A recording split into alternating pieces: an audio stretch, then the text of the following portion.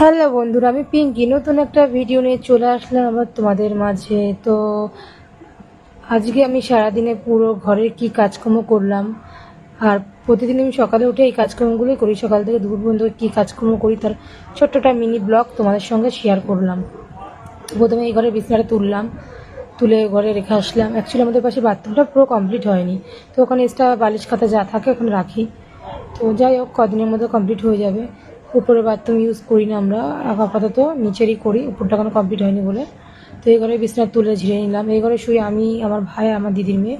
ও কদিনের জন্য ঘুরতে এসছে, চলে যাবে। তো এই ঘরে বিছানা কমপ্লিট তোলা হয়ে গেছে। এবার আমার ঘরে বিছানাটা তুলবো। আমার ঘরে বিছানাটা তুলে আর ঘর বাড়িটা ঝাড় দেবো। আর সবথেকে বড় কথা, ঘরে এত বালি ধুলো না বলার মতো না। যতদিনে ঘরটা পুরো কমপ্লিট হচ্ছে, নিচে পাথরটা বসানো হচ্ছে, ততদিন শান্তি নেই। সারা বাড়ি শুধু বালি বালি, যতই ঝাড় দিই বালি বালি আর যায় না।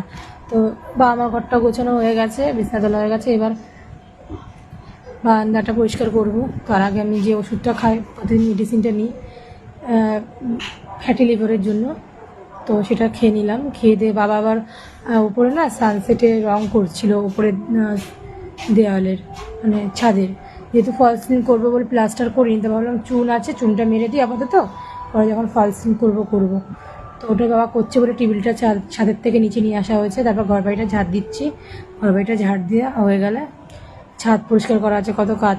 সকাল আমি আজকে উঠেছিলাম ঠিক সকাল 7:30, আর কাজকর্ম সেরে খেতে বেজে গেছিলো দুপুর 1টা। তাহলে বোঝো কাজের কি বাহার। এই দেখো ঝাড় দিচ্ছি, সারা বাড়ি ধুলো ধুলো ধুলো।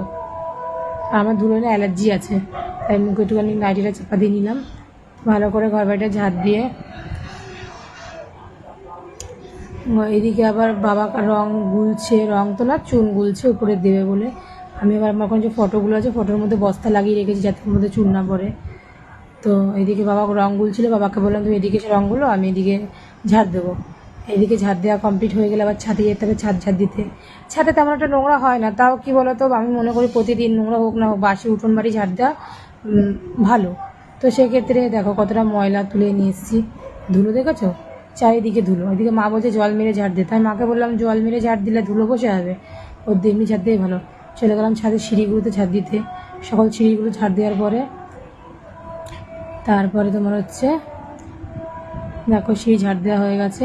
নিচে সিঁড়িগুলো ঝাড় দেবো, দেওয়ার পরে রান্নাঘরের নিচে রান্নাঘরটাও পরিষ্কার করতে হবে। তো ওটার ভিডিও তোমাদের সাথে শেয়ার করবো, এর মধ্যেই রয়েছে। তো প্রথমে যাব ছাদে। এই ঘরে কমপ্লিট হয়ে গেছে গোছানো ফাইনালি। এবার যাব ছাদে। ছাদটা দেখো পরিষ্কার।